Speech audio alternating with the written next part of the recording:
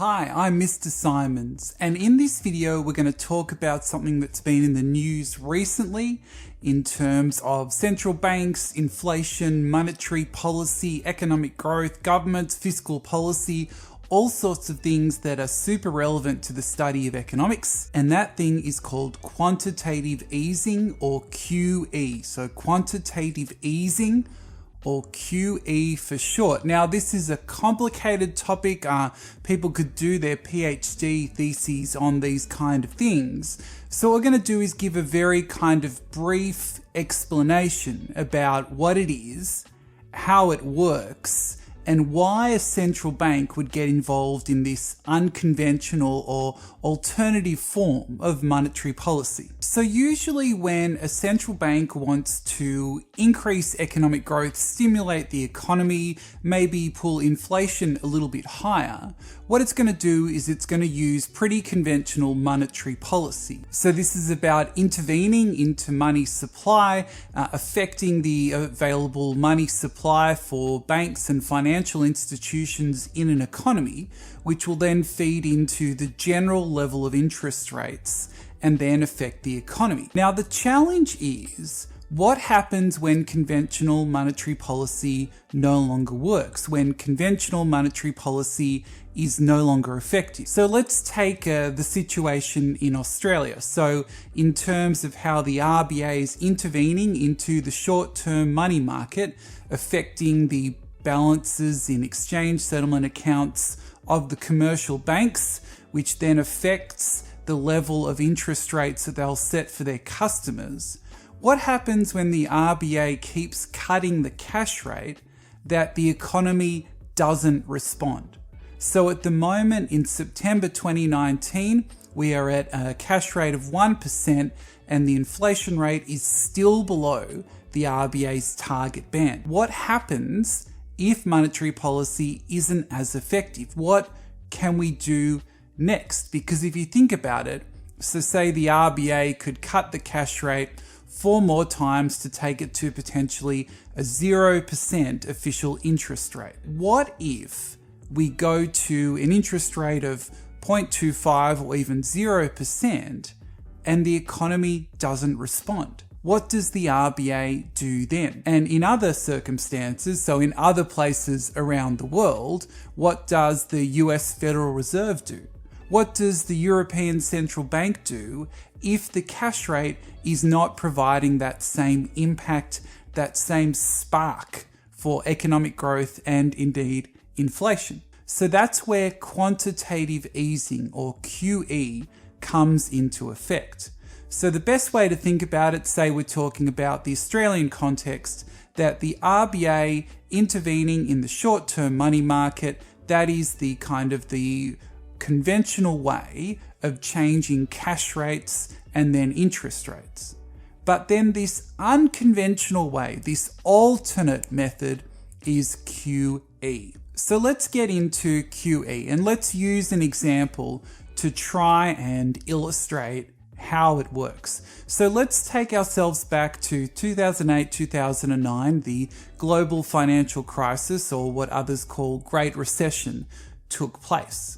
And what happened is that the US Federal Reserve and the ECB, they slashed their official interest rates to try and jumpstart their economies, to try and get that moving and to stop that threat of prolonged or protracted recession. But what they found is that as the cash rates came down, their equivalent to our cash rate, that the economies didn't respond. So instead, what they had to do was to find another way to pump money into their economies, to stimulate their economies. And so that is this idea of quantitative easing. So at a very broad level, what is happening is that the central banks are deciding to inject money in the economy by going to the commercial banks and buying assets from them. The central bank goes to one bank and says, we're going to buy your government bonds off you.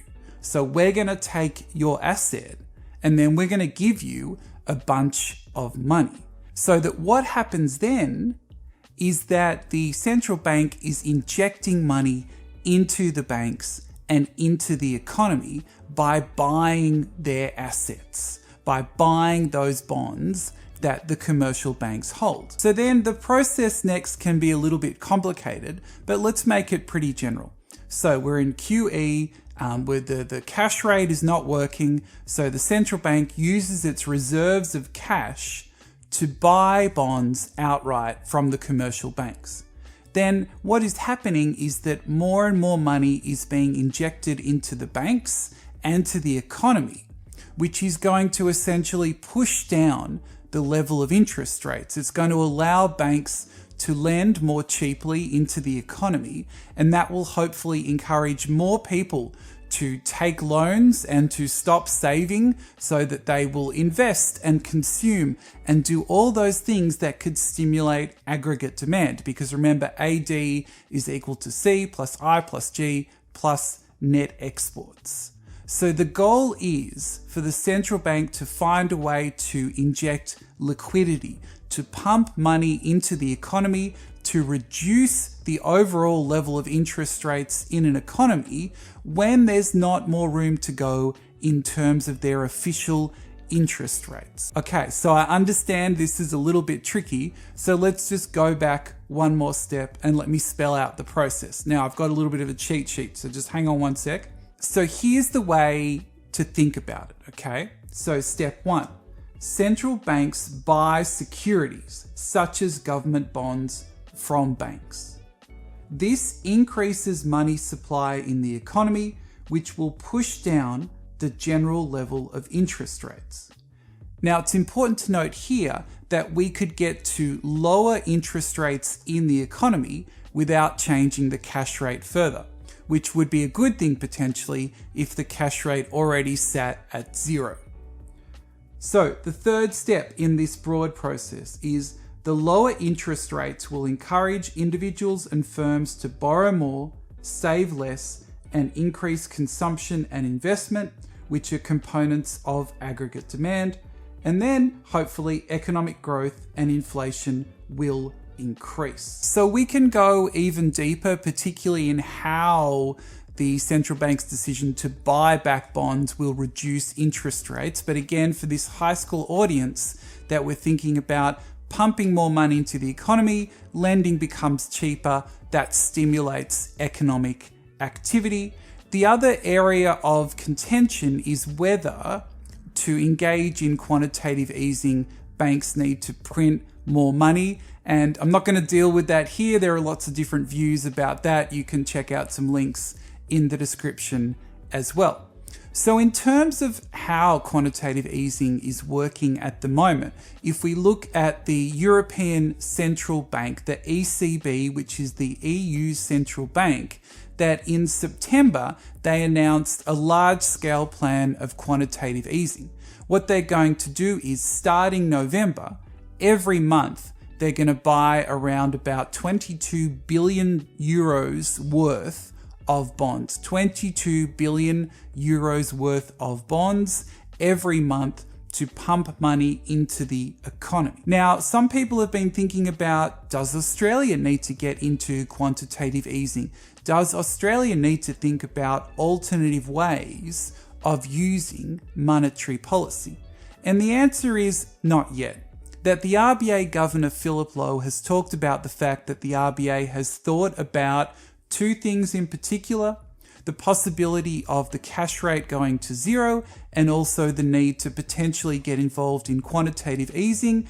And so the governor's words are that it's possible but not likely. Possible but not likely. So if you're discussing this issue in terms of exam responses, essays, assignments, just conversations with your friends, all that kind of stuff, that you can talk about the fact that quantitative easing is being considered, but it's not likely for Australia at this stage. Okay, that's probably enough for this video.